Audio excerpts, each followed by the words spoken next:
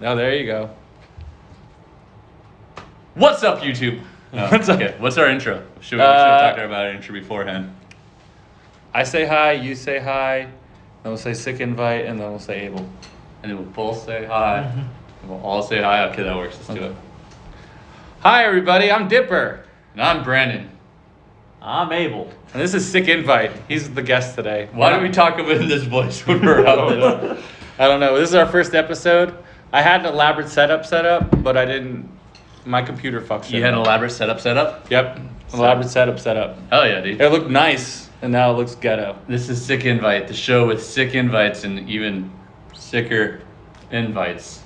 Thanks for the invite. You're invited, man. Welcome. The reason I want to have Abel on is because I think he knows Brandon really the best out of the scene. And what people really want is shitty stories about me. Personal story, they have no idea what we're talking about. I've got a job I've got to maintain, guys. Let's just put that out there now. We've got sponsors we have to appease, right? Dude, we have Patreons too that we have to appease as well. Yeah. They send in $1 a month for us to keep the show For going. exclusive content. That we've never done.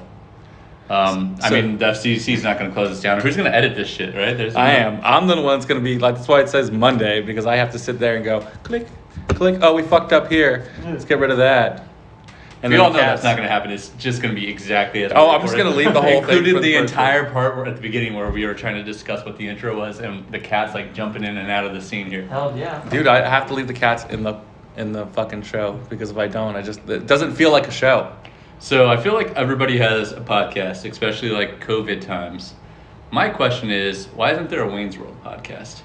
Because that seems like the perfect setup for a podcast. Like Mike Meyer and I thought you meant and Dana Carvey should start a podcast and just be a Wayne's World podcast. I thought you meant like a rewatch podcast. What's a rewatch? Oh, like watching that show. Yeah, Okay. rewatch the movies. So, and it's only a 2-episode podcast. And that's that's it. That's the whole podcast. Every episode you watch Wayne's World 1 and then you watch Wayne's World 2 again, and then you go back and forth and then you dissect them, because that's like Tell me if they got back into character, you wouldn't listen to the podcast. Oh, I would. Yeah. I totally would. Doesn't Will Ferrell have his Ron Burgundy podcast? Yeah. So that would probably better. Yeah. Anyways, just pitching that out there to SharkKink. Shark Tank. I'm assuming Is SharkKink it- watches this. Did you say SharkKink? It's SharkKink.com. It's where you can rent out sharks for birthday parties to fulfill all your kinky shark. So what are we needs. talking? So when you told me about this podcast, Tipper, I thought this was a joke.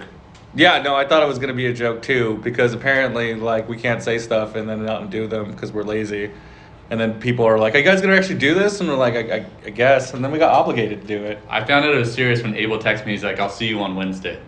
I was like, "Wait, what's going on Wednesday?" I originally wasn't gonna have anybody first on the podcast, but who better than Abel, man? Like for the first episode, like I had no idea that you didn't know. I didn't even know this was a thing. Well, he I told wrote me. him and I'm told sure him. he's told me before. I'll write Brandon and be like, "Hey, are you good this day?" And he's like, "Yeah, sure." And then the day will eventually come, and he's like, "What's going on?" And I'm like, "We're going to do this," and you're like, "Oh, okay, cool. I'll see you in about an hour." I was kind of like the guest feature. I'm like, wait, this is actually a thing? I thought we just posted this online to save face, you know? Boy, you gotta save it now. So first, I want to get this out of the way. Abel's in a band called Foxhound, which is a very, very good band. I like them a lot. I mean, you probably say you suck because you're We suck? the dude in the band. Yeah. No, you guys are good. You're hyping the Out the Captain reunion too, right? Is that what you're here for fuck today? No. Yeah. Okay, so I didn't know you were an At the Captain. That's another reason I wanted to get Really? you on. Because I was like, I remember that MySpace era days, and I was like, you guys were pretty big for a moment there, weren't you? For like a month. For a month, yeah, and then you guys went somewhere else. Yeah, so we were kind of at the peak of like, oh my god, this is what we're doing. We started writing good stuff, started playing a lot of shows, and then Ray, our singer, was like, I don't want to do this anymore. And we're just like, we don't want to do this anymore. But it's like, so Ray's obviously still in Foxhound. Yeah, so Ray actually... And Frank. So, Outcast. So there's like one guy in the band you didn't like, and you're just like, let's start a new band. Fuck this guy. Or is it all the same guys? No, there's a couple. Okay. There's a couple of guys that you hated. Yeah. Yeah, no, so... we'll let you go back on MySpace and look at the lineup. Compare it. Yeah, Then right. No, we all kind of split. We all kind of did our own thing. Some of us did go back to music. Some of us didn't. But we're all still, like, semi-connected. Cool. Yeah. What about you, man? Like, weren't you playing in music back in those days? Yeah, I mean, I actually told Dipper the story earlier. I'm like, I'm pretty sure for a long period of time, I only knew Abel by the name MySpace Guy from Phoenix. For at least 2 years. In the MySpace days, you just called people by their MySpace name. My MySpace name was Brandon. His was MySpace Guy from Phoenix. So did you never have one of those like cool, like was it just Brandon, or did you have your last name on there, or were you clever? Funny enough, I think for the longest time, at least as long as I could remember, I had like XXX Brandon, XXX, because obviously Brandon was taken. But I didn't realize the connotation to one, like straight edge, like having the X's. Or two, maybe I didn't realize like the connotation to just porn having 3 X's, or like liquor having 3 X's. I just did it because that was what you did as a hardcore kid, was add X's. The more X's, the more tough. Yeah, the more tough you were, and you had Well, I to had spell. 6, 3 at the beginning, 3 at the end. Jesus. Yeah. I I didn't know that. That makes you think wherever they get the straight edge tattoos now. Oh, yeah. And now they just have black bars. Wasn't this the thing? Yeah. And now they like just hide their hands in their pockets because they were like, this was a terrible idea. Yeah. Nothing against straight edge. I'm not saying anything about against straight edge. I'm just talking about the Our kids. next sponsor is Straight Edge. Go to straightedge.com/kitty, or what's her name again? Tattoo removal. Tattoo removal. Use Sick promo- invite. Sick promo code invite. Sick invite for 10% off. So the purpose of a Sick Invite is obviously to be a better, cooler podcast than all the other Arizona podcasts. So we're taking you down, Kenny. Kenny. And I didn't know this was a war. Why did I? Matt from Getting Stoked. You're going down. And also thank you for letting us borrow your camera. Because without it, we wouldn't be shooting today. We'd be using your phone. Only. Because there's a camera and then their phone, so we got double audio. Some say you have to be on the inside to destroy it, and we will destroy you. This is a part like if you figure out how to edit, you can make a close up of it and then like go back with some. I'm not gonna be that good, so it's literally just gonna be still frame. Maybe I can zoom in a little bit and then zoom back out real quick and be like, Just do a Star a swipe. a quick. That's it. Do the shitty edit. just a star wipe to fire. Is it star wipe or star swipe? I don't know. I think it's star wipe Star.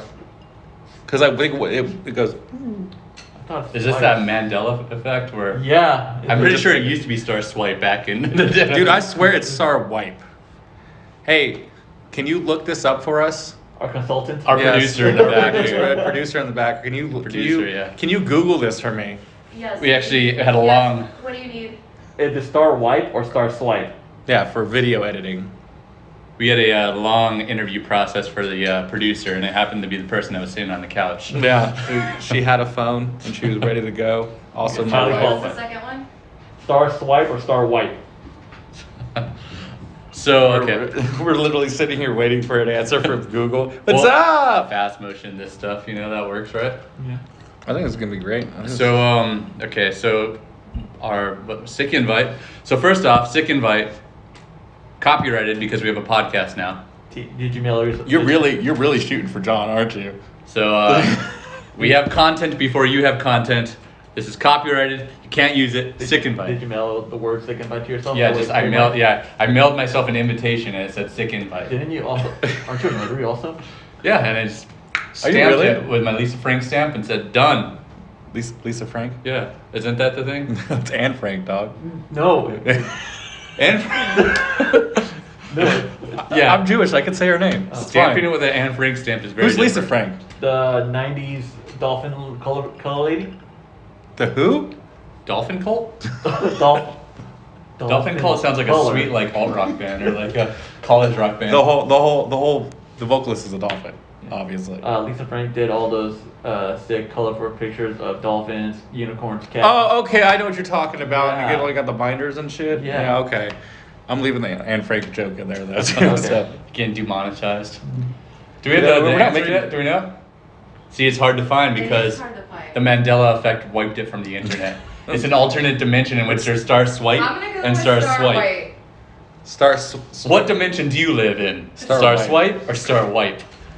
This is why I have Brandon. Talking. Okay, so I got ideas here. So I'm wondering. So Sick Invite. I don't know what the hell the concept of the show is. Just invite people in and you know, because you go on to everybody's status and say sick invite, so fuck it, we'll just invite them here. So I'm wondering, what was the last thing that you were excited about being invited to or going to?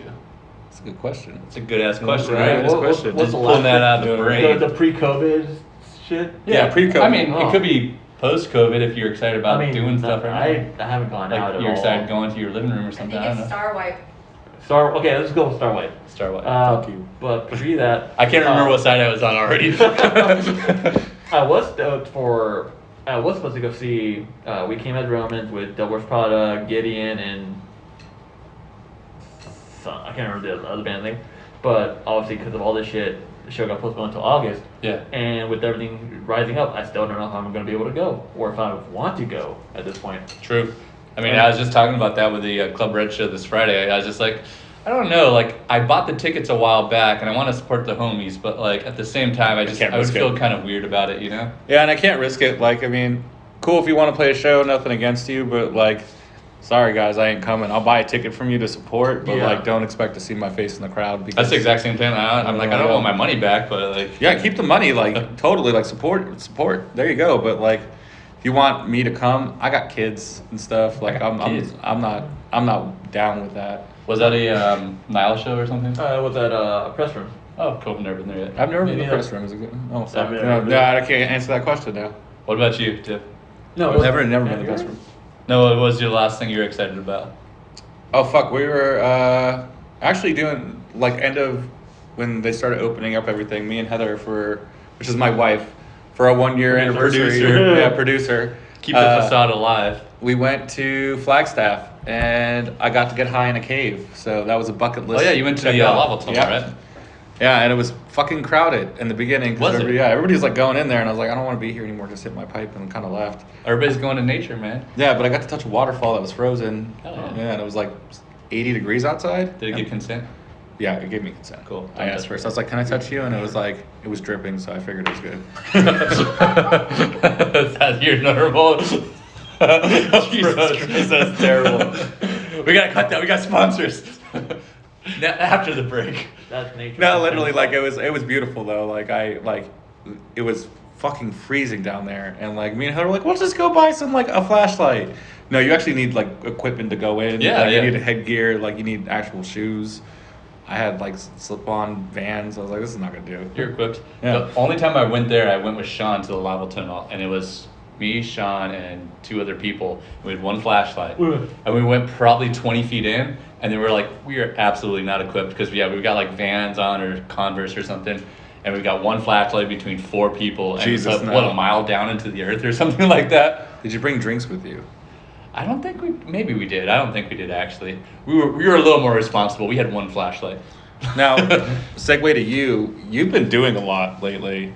I've just been random nature stuff, man. Groupon. You bought a dam. I bought a whole yeah, dam. that dam was The whole sweet. dam. I've got a monopoly on the dam now. He won't let us come visit it. Yeah, you can't visit Yeah, my dam. he said we could go. No sick invite on that. Yeah, like it was like a sick invite, and he's like, fuck you on this one. So, I just got to this point where I was like telling Dipper earlier, it's like I have so much time off work, and I normally use that for touring or for something else. Like I never just take off time to sit at home. So I'm like, I'm just gonna find some random nature stuff to do. So I did that like 8-mile hike, which was okay on the way down, but absolutely horrible on the way up. And then I went to the Grand Canyon and did that 2-person boat through the Colorado River, and then went fishing with my niece a few times. Like, just all kinds of random stuff. are you still doing the YouTube video with your niece? Yeah, that was actually, so we didn't plan to do it, like, but we're just like, all right, we're out here. She wants to make a YouTube video, so she has fun doing it. So So there's a new one coming? there's a new one that we just put out a couple days ago. Well, I didn't see it. I didn't see Like, it posted. comment, subscribe. Thanks, Facebook algorithm. Sorry. I need to target Dipper in my Facebook sponsored posts. Yeah, it's just like you. Just hashtag it every time I die. He'll see it. Yeah, that's true. Yeah. If you can't walk in, you can't see my house. You can't walk in my house. I mean, you could if I invited you. Sick invite. But there's every time I die banners all over the place. And then You get 2 of the same ones. Yeah. Yeah, one's my roommate's Ben, who plays in my band, and then one's mine because we went to the show at Club Red, which was amazing. I felt like a girl. I was like, hold on my shit, and then Roman Pretty sure I told went me. to that one. I You think. did, yeah. I think probably. he did go, yeah, It right? was on yeah. the right side of Club Red, right? It's a like the With them and Ghost Inside and Architects. No, No, what was it? What was didn't they that? have like Vane or Knock Loose, right? It was like Vane. Oh, It was like Vane. Was it Turnstiles? yeah, it turns out it was on Yeah, there. I don't Turnstile. know. Like Oh, that as one. Nick Palmer, Because it was right famously before says, he shipments, fucking right? hates them. It was like a month before shipments, I think. Yeah, I think so. And then they played the shipments too. That was a good show. Not the shipment show, the ones we went to together. All right, so one thing I'm kind of curious about, if we're going to be inviting people on, when you invite people to go, since you're playing music, when you invite people to see your show, what should make them want to come see your show? Oh, fuck. Like, what's gonna make them want to come see you as opposed to like watch Guilt. Netflix? Guilt. Guilt. I mean, just guilting them into it. Oh. You're like, listen, I'm a struggling musician. I don't make very much money, and all I need to do is just see a couple people's faces to make my day. Is that? think- Is that? It's basically, hey, I'm playing a show. It's this so much. You know, or if you want to bring a couple of people, I'll knock down the price a bit. I've got a pre-sale minimum. I stopped doing pre-sale. I've already told people that I'm almost sold out for the last 2 months. It's all talk, but We're really struggling here. I just think more like, hey, you want to come hang out with us and watch us play, some other people play? It's just gonna be we're gonna be drinking and hanging out, basically. What made you like into going back into before Out to Captain? You were doing something too, right? I forget what it was called. We were before we were at the Captain. We were actually Ashes to Phoenix. Ashes of Phoenix. Okay, so Yeah. that's what I was remembering. So like, It's like what all really- these. It's all these band names I heard because, like, growing up, I wasn't in any like bands like you guys. Yeah. Like, Right to Bear Arms is the only thing I can claim a little bit of fame to, Yeah. which is nothing as good as you guys. not But true. I heard all these bands coming up, and like, I'm just like, you were fucking in that too. Like, it's just weird. Within Ashes to Let's Phoenix. get it clear. Abel is not fucking in that band. So in Ashes of I Phoenix, didn't fuck until Out the Captain. hell yeah. So my question is, getting into music for the first time, Yeah. like, what made you, like, starting that band? What made you think like this has to exist? You know, like, was it entirely because you just wanted to be a part of something, or was it like, what made you think like this has to exist and people need to hear it? I didn't seek out the band at all. So the people Ashes to Phoenix was already a band. I was friends with them. I didn't really know them that well, but we had mutual friends. We all went to a show together at Venue Scottsdale, and the drummer's girl. Cajun House, right? Huh? You used to be at Cajun House too, right? I remember that part. Yeah. I didn't know Venue Scottsdale. I was screaming along to either Girly Estates or Calling the Sirens. Sounds about right. And the drummer girl, like, after the show, she's like, you have to get Abel in the band. He screams so good. Hell And yeah. they're like, hey, do you want to be in the band? I'm like, yeah. I mean, I play a little guitar. So I just started playing at the point, like, cool. So they brought me in. I did one song without guitar, and then I just became the guitarist. And then I'm like, holy shit, this is super fun. And I just dropped $600 on an amp. I kind of had to make it work. Yeah, makes sense. Cool. But So I don't think I've ever got this story from you. So what made you get into Right to Bear Arms? That was the first band, right? no, I was in a band called the Feral Monument before then. Actually But sounds vaguely familiar. it was with a dude named Rick Norris, and he was in a band called the Crimson Romance before then, which they were. That name definitely Yeah, sounds yeah, familiar. they were Sounds around like with, the like- Fix Days, the Paper Heart. Yeah, Exactly, like Touche was around. Oh yeah, yeah. I don't know if you ever heard Yeah, them. Who else was around? I can't fucking remember. we It was used a their cover band up, names. and all of them were Yeah. around at the time. Really, there's a poster on my wall. You can't see it up there, but there's a band called A Thorn for Every Heart. When I was like kind of going out of middle school, and they were local in California. They always come out here, so they were really like the first local outside of Arizona that I gravitated to. Because when I was younger, like I didn't have any friends out here and shit. yeah. I'm a kid from Jersey, so fuck talking to me. And then so slowly, then slowly got like found people, and then started like playing, and then probably Right to Bear Arms is my most successful thing I've done outside It's All Grizzly, Yeah. which is my baby. Yeah, baby. What about you, dude? You've been in a fuck ton of shit. Yeah. That's not even an understatement. Like, As far as like what got me into it, I think like first like I just feel like with like my dynamic in my family and stuff like that. It's like my mom and dad got divorced fairly early, like when I was in like elementary school. My brother's 10 years older than me. My mom was like kind of like at this point where she'd be in a relationship for like 20 years. So she felt like she almost lost that 20 years. So she was like, all right, I'm going to go party. And my brother just happened to be turning like 21 at the time. So my brother and my mom were just out doing their thing. And I'm like, still fairly young at this time. So I just want to always feel a part of something, So I always, first off, I got into skateboarding. So I just went hard into skateboarding. I swear I lived at like the skate park every day for like probably 3 or 4 years. And then at one point I went to my friend, Matt. Yeah. We went to his big brother's band playing at the Mason Jar, which is the Rebel Lounge now. you remember the band? And we were right up against the speakers because it used to be like if you were underage, you had to stand right up against the Yeah. speakers. Everything else was cut off. And I saw them playing. I'm like, holy shit, how cool is this? Like people came to see this, and everybody is gathered here just for this just for these 4 guys on stage, you know? Like, how cool would that be to do? And like, it just somewhere how stuck in the back of my head, because I'm probably like 7th grade at this time or something like that. And then fast forward a couple years, my dad buys me a guitar for Christmas. And I remember like, what do I want this guitar for? Like, I want to be a singer. And nu metal's heavily alive at this time. So I'm trying to like sing for a nu metal band and everything. And then I realized that wasn't my talent, so I started playing guitar. And not to say that was my talent either, but I was much better at playing guitar than singing. So I just played guitar for probably about 5 years for the first band that I met, Abel, in, and movie script inning. And then after that, got out of that and started singing for a band. So I think like it was just me. I always felt like I needed to be a part of something, and skateboarding was it. And then when I stopped skateboarding, like music filled that void. Yeah, I get that, because I tried skating once and it didn't go so well. Same. Obviously, I'm not doing it anymore to be successful. The most discouraging part I remember about skateboarding was having skateboarded for like probably 5 years and then going to a skate park and seeing kids that are like 12 years old doing stuff that I could never do. Like, It's always the worst when it's like a 12-year-old that's like doing a kickflip and you're like, fuck you, man. I'm 15 years old. I should be like rocking you right now. Yeah, I feel the same way about music sometimes. So like playing guitars is like, I definitely remember getting to a point where like, and Abel knows this, because like when you started playing, like you had to buy books that had like either tabs or had like music and like learn from that. So when I was in college, I was in GTC. I probably spent or like used up so much of the paper printing out tabs. Exactly. From, like going to the library. And yeah, stuff like that. yeah. I mean, the only way I can get printed out free stuff, and I downloaded. I found a hard drive. I found a flash drive on a desk somewhere, so I took it, and I just downloaded everything I could off Pure Volume from the school computers. Nice.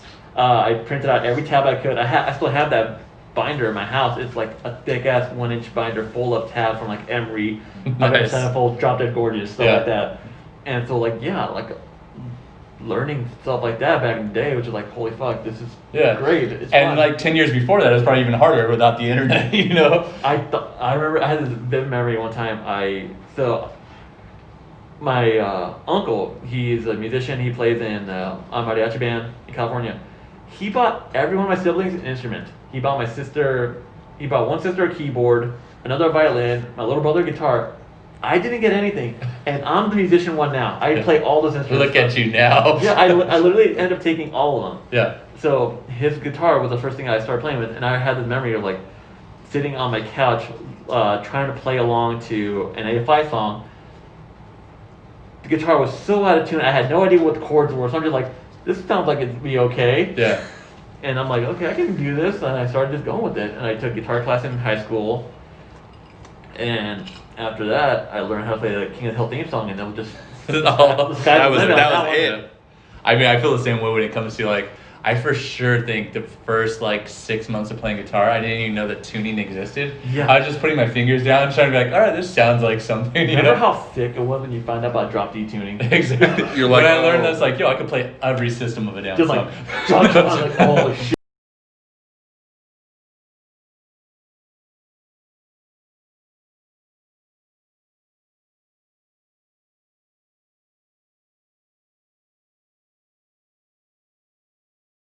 Last couple weeks, I've just been nonstop playing on bridges. There's a cat I'm kind of like that into, but he's more that 70s like R&B, a Thundercat. You ever heard this Sounds dude? familiar. Like he dresses like a SoundCloud rapper, but he sings like this very like soulful like R&B sort of stuff. I'm like, Yeah. this is beautiful, and he's fucking talented. Like he'll sit there, like I was watching him on like, I guess what they call the tiny desk. Oh And he's sitting there playing, and I was like, oh fuck, dude. I guess don't judge a book by its cover when they look like a SoundCloud rapper. I guess. Yeah, I think the last like heavy band that I really nerded out over was Greyhaven.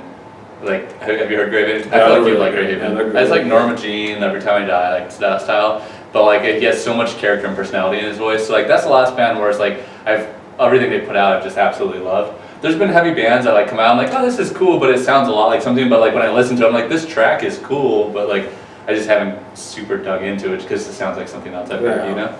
That's hard to like. Some bands have come out and are like, we're just gonna do that with that band. That you're like, okay. Well, so the whole thing I told you about Candy, what I wanted to talk about. Oh yeah, what's this candy thing? Okay, so I don't know that this is actually something like a concept. This is just something that I think of. So Candy, okay. So you got Meat and Potatoes, right? Meat and Potatoes is like a band that writes a solid song structure. It's like verse, chorus, bridge, chorus, right? That's your meat and potatoes. But there's nothing to really make you like latch onto it.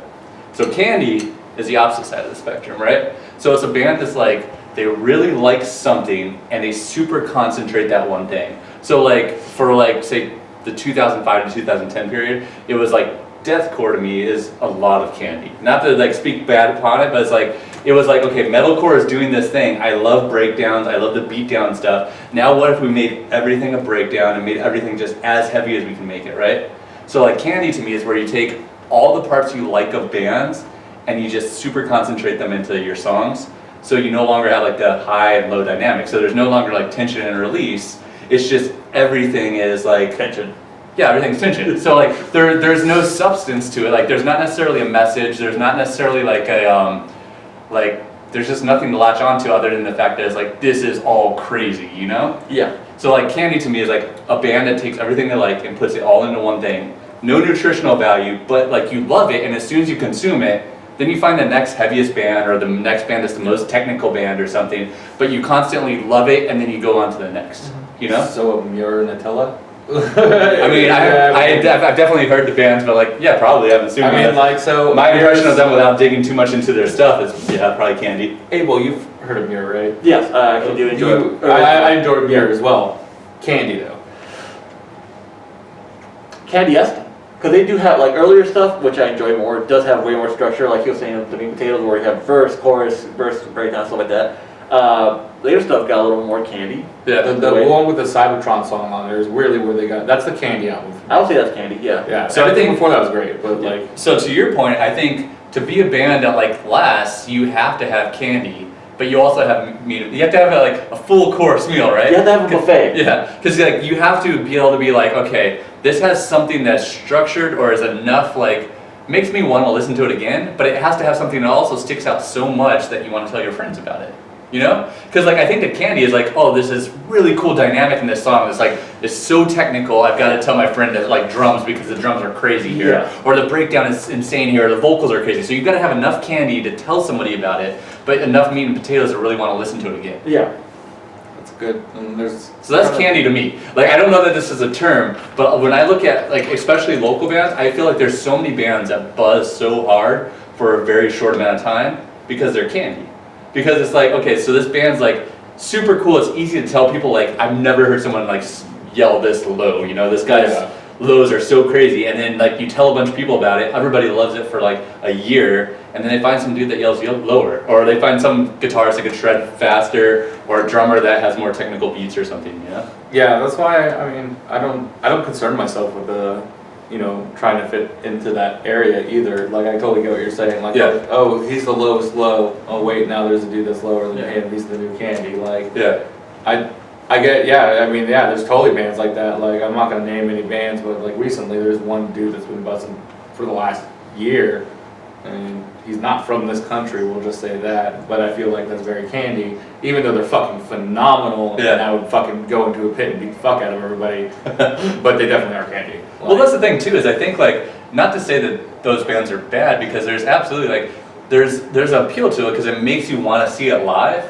but then it's not necessarily like I want to listen to it in my car every day, you know? Yeah, I mean, like, it's like you don't want to eat candy for breakfast, lunch, and dinner. No, no, you don't. You know, like, as a kid you do, but then you get sick. And that's a good point too, like I feel like candy is definitely for like the younger crowd, which all of us grew up on like bands that probably now looking back, like is a band that like wasn't necessarily the greatest band, but you're just like so enamored with this new style. I'm gonna fucking say it right now. Even though I love this album, Hawthorne Heights, like that first album was fucking straight candy. Like Ohio's for Lovers is like they handed you a whole candy bowl and you fucking ate it without like hesitation. And it was great. And it's still a great album, but like when you go back and listen to it, you're like, this is like, it's still good in your mind because of the nostalgia. But like if you really listen to it, you're like, this is not lyrically good. Nostalgia is powerful, man. Like nostalgia is like something like you could go back and listen to something and objectively know it's not good, but then also be like, because I grew up on this is great. Like, you know? I can't tell people like the first Gorilla States album outside of this. Oh yeah, it's my favorite Gorilla States album. People are like Go West is way much better or whatever. I'm like,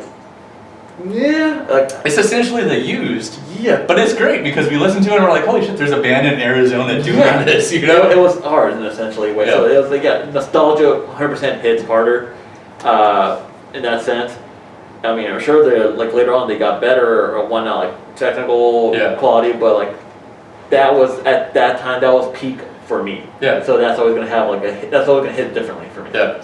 I think it's interesting too, like, I don't know like the age range in either of your bands, but like looking at like the guys that play my band, like everybody's a few years older and some older than older or younger than others. But like when I look at bands I really love, like Every Time I Die or Norma Jean or something, all of our favorite albums are a little bit different because being 3, 4, 5 years apart, like it's the first time you heard them. It's like the first time I heard Hot Damn, like to me, even if it's not the most technical, the best sounding album, that's one of my favorite albums. Agreed. But to like Corey, every day it's gonna be like, you know, Big Dirty because that's the first time that he got really into it, you know. Or Norma Jean, like I'm always gonna go to Blessed a Martyr, and he's always gonna go to Oh God, the Aftermath, you know.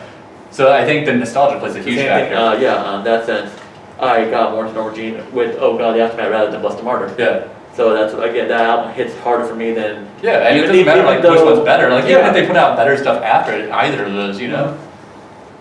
I wonder like for like too like people growing up on Spotify and everything else, it's like, do you have that same feeling of as soon as you hear a song, you immediately are ready to sing or like get into the next song?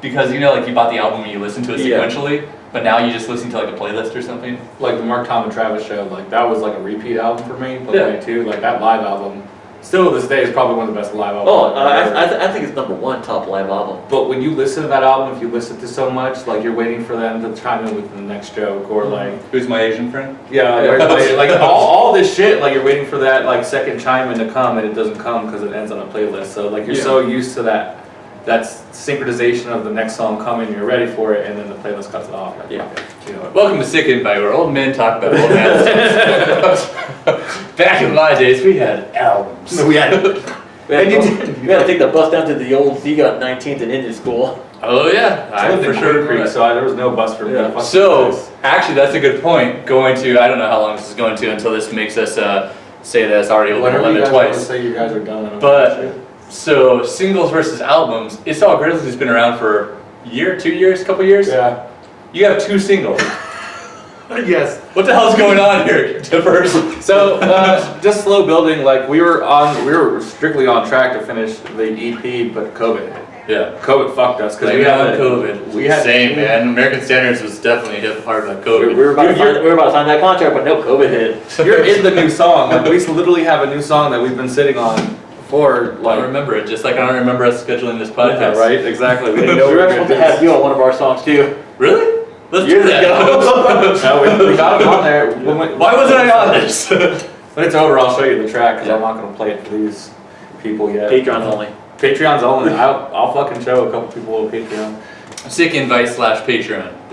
Patreon.com. I'm making all this tonight, so like, Yeah. I'm leaving that in. I will say Tipper went all out with this, so I didn't think this was going to be a thing, Yeah. and then you did tell me, I actually went back and I saw you did tell me that this was actually wrong, but then when you told me that it was like, you were going to meet me on Wednesday or something, like, oh shit, and then Dipper already had like all these graphics made for it, and I was like, geez.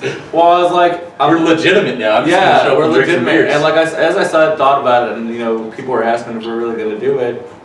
Why not? Like I say, like we say we're gonna do shit all the time, and like even though it's a joke, like it seems like people want to talk to us and our friends for some reason. I don't fucking know. I don't understand. I'm not saying we're awesome in any way whatsoever because we're fucking lame. Pretty true. Yeah. So singles, you working on an album, COVID hit, but you're planning on an album sometime. Yeah, we're gonna do. So we're gonna go. You're not shoot- taking the approach of like, it's just better to do singles now, or is like, were you strategically being like, we're working towards an album? So I think after this we'll probably do like more singles, but I think the reason that because when we first started, we always wanted to make an album. Any band I've been in so far has not made a fucking album. We've made a few songs and that's it. For my sake, I want to do an EP and then put it out, and the rest of the shit can be singles afterwards for all I give a shit. That's fair. But I just want that. I want to hold a physical in my hand and be like, hey, I made this. Yeah. Like that's the whole idea of it. I guess we're like my sanity. I mean, we got another video that we're gonna shoot with John, so you're gonna be in it. If it helps, you know, I've been in a band since 2000. When the fuck did I leave school? 8? maybe. 2007-ish, around Sounds there. about right. So 7, 8. about over 10 years. We've never released an album, so that makes me feel any better. Did Out Cabin didn't put out like an album? Or We something? so what happened was we recorded an EP. You recorded at that one place. Lucky Lucky Six. Lucky Six. Yeah. We sent it off to get duplicated and stuff like that. They lost it. What? Shipping lost it. So we were out an album. We no longer have your music. We had a CD release show set up, and they were supposed to come in that morning. No. Jeez. So our manager at the time printed out a bunch of download codes saying hey, we apologize for the album. For $3 you can download it by this code, and when the album comes it's $3. Just as a sorry and stuff like that. Just a digital copy, but yeah. So we technically never released a physical copy. All these bands I've been in, even Foxhound. But yeah, why haven't Foxhound done it? You guys been around for a few years, right? Money. Okay. Oh yeah, money's a big issue Yeah. for a lot of things. So money to record or money to? Money to record because we're going to be going. So we just got a bass player again, thankfully. So we're 5-piece now. We're going back to the practice space and we're actually writing songs again. We're going to do another 5-song EP. We're looking at people to record with it now, and hopefully actually make a physical copy this time. Cool. So we're it's kind of the point of we You heard gotta it do here now. first. What's her? Sick Invite. We've been Me and Brandon drink, just so you guys know. You heard it here on first on Sick Invite. The new Foxhound album is coming out in October. Fuck that. Dude, I feel you. So We're gonna play a clip after the break. No, I want to link to their video and the. I really like that song, by the way. Oh, I thanks. truly do. It'll come on and we'll stop and listen to it. No. It's so that fucking guitar lick in the beginning is just. So what's the future of Sick Invite? What does this look like, Dipper? Take us home. What are we doing? I think What the hell is the plan, Dipper? every Wednesday. Dipper, what are we doing, man? Every Wednesday we're gonna shoot the show and then we're gonna release it on Monday and then we're gonna have a new guest. I figured the first guest would be someone who knows you pretty personally, and then the next guest will probably be Keenan, as everybody knows Kenny. Fucking weird. But yeah, it's just to invite our friends on, people in the scene, people who do art, and just tell them about their life and shit, because it's a sick invite, man. I'm gonna leave every shot of you on the phone. Is it your old lady? Yeah, you're with us right now. Yeah, I'm sending her a picture of your kitten. Can you tell her we said hi? Yeah. And then we'll leave it in the video so she can see it. This is the moment. There you go. Told you. What's up? Brandon, Dipper, say hi. Say nothing. So what do you think? Do people plug? Or do Well, they first, pay to plug? there's Pay to first plug? I really want to get to It's like this. $20, man. How did you YouTube me? Is my biggest question. That's why I brought you. So we actually just talked about this earlier. Now we have a little chat with his old bandmates. I'm not invited to that chat, by the way. Oh, you guys didn't invite me to anything. No. Sad. So I started going to shows. I was still in high school, around 2005, 2004. And there was an old venue back on the west side on 27th Avenue in Glendale called The Complex. I've been there once before, and then I followed their MySpace page and found out that There's a church, right? no, it was in that Oh no, there's a Bright Star. Oh, I do remember the complex. Yeah. it was in that park. It was in that strip mall with the 7-Eleven. Yeah. And so I went on the page and it was saying oh, we're having this fundraiser show to help save the complex, and it was like it was like an all-day Goodbye show. Tomorrow's on that show. Goodbye Tomorrow. I think Job for Cowboy was Job for Cowboys on it. Greeley Estates, Dave Soleil, and The Hero Fails. Yep. And Lauren Battle. Lauren. Oh gosh. Yeah. And then There might have been more, but those are the ones I definitely remember. yeah, there was so a bunch of huge old man local bands. And then so I was just there. I didn't know anybody, and his bass player Chris, he's like, oh hey man. And did you check it out? I'm like, I think so. I can't remember if I did or not. He's like, well, here, take a CD. And it's a little 3-song demo burned CD with his phone number on it. And I'm like, okay, cool. And I took Those it. are the Sugar Cult CDs. No, yeah. So I took it, and I'm like, okay. So I started listening. I'm like, holy shit, these guys are fun. What's this? Full circle. Yeah. Yeah. So I was telling him to loop this back in. So I used to go to the skate park all the time, and people would. We gotta go again here. Let's see here. And start. So I was telling him a story earlier where I'd go to the skate park all the time, and people would like come bring CDs to the skate park because they seemed like, oh, these people skateboard, so they must listen to rock or something. Yeah. And this one time we found a box full of like CDs, and it was Sugar Cult CDs. Oh shit. And they were like, they had like the jewel cases. So we took all the Sugar Cult CDs out of the jewel cases, and then we made all those or not American Stairs, Movie Script Indian CDs, and we put them in the jewel cases. So we just re-recorded and put it on in the jewel cases, and we passed them out at so many shows, and they're all, thanks, Sugar Cults. So with that, so I found them on MySpace. I started following them, and I started going to little shows because they were pretty close. I mean, back in the day, the West Valley had a lot of good venues. We had the Fix, we had the Paper Heart, we had the Trunk Space on Grand rather than on 3rd Street. Yeah. We had, like, Grand Ave was the pinnacle of venues for bands at that time. Yeah. There's a lot of venues there. I don't remember. I started this shitty solo acoustic project called Grand Avenue Hero. Yeah, I do remember that. Yeah, that sucked. You had a MySpace for it. I did. That was a bad graphic I made. Cause every weekend I would be at on Grand Ave, either at the Fix, Trunk Space, or Paper Heart, watching bands. So I started, watching these guys more and more, and like kind of becoming friends with them. And like Brandon mentioned a while ago, for the first 2 years of our friendship, he only knew me as MySpace guy from Phoenix because of my MySpace name. And like, yeah, I even went to your guys' free show at Zia when you guys played with SAB Burn. Yeah, I remember that. That show with SC's Burn, the thing I remember most about that, which is funny because we played when they did the reunion show, when they played at the Underground like a couple years ago. And we talked to them about that. They brought this thing they made a homemade game. No, it wasn't homemade, it's an actual game. Oh, was it an actual game? Yeah. And it's like, the last person to press a button gets shocked. Oh, I know what you're talking about. Yeah, so we all played that behind the Zia, yeah. And I'm like, oh fuck, it's like 9 o'clock, I gotta take the bus back home. So as I'm leaving, I walked past Sean and his girlfriend at the time breaking up. I'm like, later, Sean.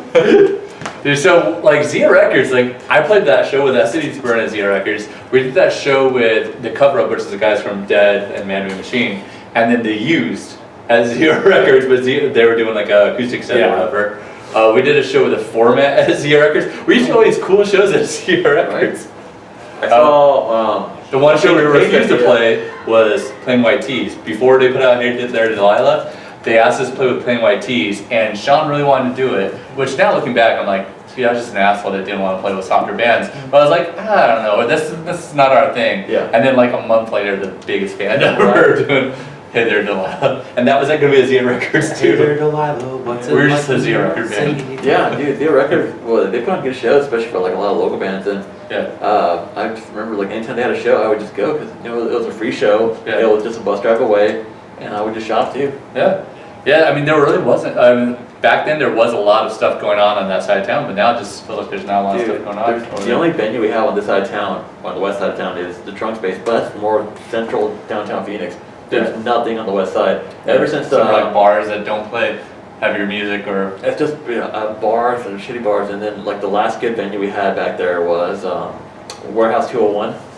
The old War Brewery. Oh yeah. Up north Phoenix, yeah. Yeah, that place was great. Well, which you guys, I think it was that band I did right before American The Alchemy Index, or whatever. The Alchemist Divide, yeah. Yeah. Right. We did I think we did 6 shows, and 5 of them were out of town, which makes no sense. Keep talking. But it was we played the Save the Venue show, and it had you guys on there. Yeah.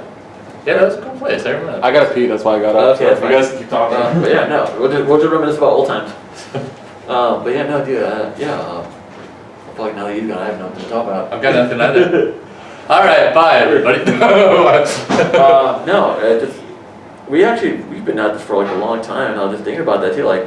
There's still bands from back then that I still listen to. Like when people say, what's your favorite local band, I still go back to the olden times of the Stiletto Formal. 100%. I think my favorite band of all time from Arizona is Stiletto Formal and Life in Pictures.